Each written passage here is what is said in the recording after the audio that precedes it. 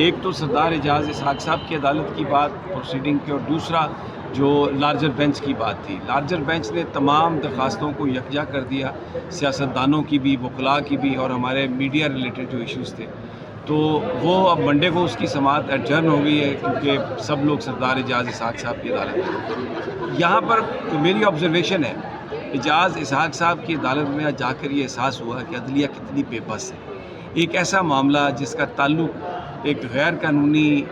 فیصلے سے ہے،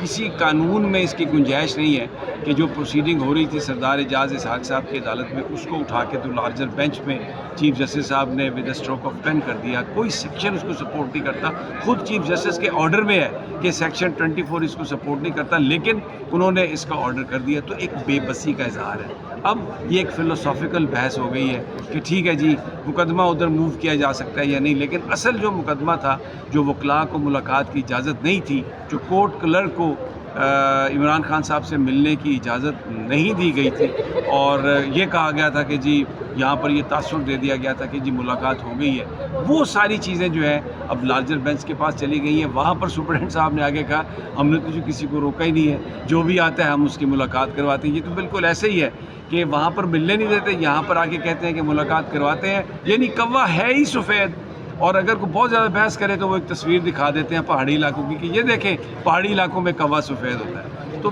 یہ جو آج میں نے دیکھا ہے عدالتوں میں، ایک بے بسی ججز کی نظر آئی ہے، اور یہ ان عدالتوں سے انصاف کا قتل تو ہو سکتا ہے، انصاف کسی کو نہیں مل سکتا۔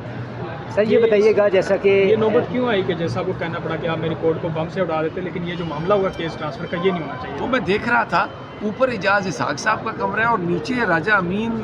صاحب کا کمرہ ہے، جو بھی نئے جج آئے ہیں۔ تو جج صاحب کے فکر یہ تھے کہ میری عدالت کے نیچے بارود رکھ کر اڑا دیں، تو یہ میں آن اے لائٹر نوٹ کہہ رہا ہوں کہ مجھے نہیں پتا کہ کس کی طرف ان کا اشارہ تھا، لیکن سیریسلی وہ کہہ یہ رہے تھے کہ اب ان عدالتوں میں انصاف نہیں مل سکتا، ہم انصاف نہیں دے سکتے، ہمارے ہاتھ پاؤں باندھ دیے گئے ہیں، اور اگر ہم فیصلے کر بھی دیں تو کوئی ان پر عمل درآمد کرنے کے لیے تیار نہیں۔ سر جیسا کہ پیکا ایکٹ کے تحت ملک بھر میں گرفتاریاں شروع ہو چکی ہیں، اور خاص کر یہ کون سے ایکٹ کے تحت؟ یہ پیکا ایکٹ کس نے کہا آپ کو یہ گرفتاریاں پیکا ایکٹ کے تحت ہو رہی ہیں؟ یہ گرفتاریاں تمام نیوز چینل جلا آپ دیکھیں نا، آپ ایک ایسی بات کرتے ہیں کہ یہ جی کوئی کسی ایکٹ کے تحت ہو رہا ہے، او بھائی یہ بدماشی ایکٹ کے تحت گرفتاریاں ہیں، یہ غنڈہ ایکٹ کے تحت گرفتاریاں ہیں، یہ ایکٹ نمبر وہ کہتے ہیں نا 10 نمبر ایکٹ ہے جس کے ذریعے گرفتاری ہو رہی ہے، سائلنس کرانے کی بات کی جا رہی ہے، لوگوں کو خاموش کرانے کی بات کی جا رہی ہے۔ تو یہ نان سینس ہے، اس کا کوئی قانونی جواز نہیں جو کچھ ہو رہا ہے، یہ سب غیر قانونی ہے، لیکن کر رہے ہیں اس لیے کہ ان کے پاس طاقت ہے۔ اچھا سر، یہ مختلف وکلاء کی جانب سے پٹیشنیں دائر کی جاتی ہیں۔ علیمہ خان نے نعیم پنجوتا کی بھی سرزنش کی تھی، انہوں نے کہا تھا کہ غیر ضروری پٹیشنیں نہ دائر کریں، اور جو عمران خان کے کیسز ہیں ان کو آگے چلنے دیں، اور اس کے اندر جو سینیٹر ہیں، ایم این اے ہیں، ایم پی ہیں، وہ عدالتوں میں جائیں تاکہ اپنا رول بڑھائیں اور اس طرح عمران خان کو ریلیف مل سکے۔ کیا سمجھتے ہیں کہ یہ وکلاء دوسری طرف اٹینشن ڈائیورٹ کر رہے ہیں اور عمران خان کے جو کیسز ہیں ان سے توجہ ہٹ رہی ہے؟ نہیں، میں یہ نہیں کہتا کہ یہ کوئی اٹینشن ڈائیورٹ کر رہے ہیں، لیکن مجھے آپ یہ بات بتائیں، یہاں پر بھی آج تھا نا کیس، تو کتنے آپ کو سینیٹر اور ایم این اے نظر آئے؟ تو ایک بھی نہیں ہے۔ تو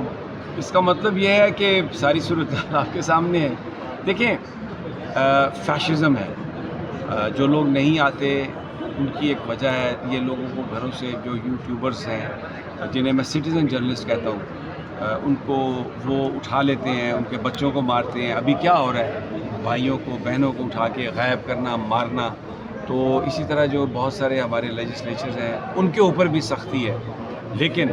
اب بات یہ ہے کہ منو بھائی کہتا ہے جیونلی مرنا پیندا ہے، تو خان بھی تو جیل میں ہے نا، اس کا بھانجا بھی جیل میں ہے، اس کے بھی بچوں سے ملاقات نہیں ہوتی، تو عام ورکر بھی ہزاروں کی تعداد میں جیل میں ہے، تو آنا پڑے گا۔ دیکھیں، اگر آپ نے خان کو چھڑوانا ہے تو امریکہ نے نہیں چھڑوانا، خان کو لوگوں نے چھڑوانا ہے، پاکستان کے لوگوں نے چھڑوانا ہے، اور یہ پی ٹی آئی کو ہی لیڈ کرنا پڑے گا۔ یہ جو بھی چھپ رہے ہیں، ڈر رہے ہیں، اور یہ جی اتحاد ہو یا کوئی سوچ رہا ہے کہ جی مولانا فضل الرحمان آ جائے گا تو تحریک چل جائے گی، فلاں آ جائے گا، کچھ نہیں ہوگا۔ تحریک خود ہی چلانی ہے، اور سب سے بڑی جماعت ہے تحریک انصاف، 90% لوگ اس تحریک انصاف کو سپورٹ کرتے ہیں۔ اگر یہ تحریک نہیں چلا سکتے تو وہ جن کے پاس 4 سیٹیں ہیں وہ کیا تحریک چلائیں گے یار؟ یہ لوگوں کو ہمیں ٹرک کے پیچھے گھمانے والی باتیں ہیں۔ عمران خان تمام لیڈروں سے مختلف ہے، اس لیے کہ اس نے کسی کے ساتھ سودا نہیں کیا، اس نے کوئی کرپشن پر کمپرومائز نہیں کیا، اور آج تک وہ اور یہ چاہتے ہیں کہ اس کو ان کے ساتھ بٹھا کے تو یہ کہیں اب یہ سب ایک جیسے ہیں، لیکن خان کو پتہ ہے، اور اب رابطہ خان اور عوام کے بیچ میں ہے۔ یہ جو درمیانی لیڈرشپ تھی نا، مجھے لگتا ہے خاصی حد تک انہوں نے اپنے ایکشنز کی وجہ سے اپنے آپ کو ارریلیونٹ کر لیا۔ ٹھیک ہے جناب۔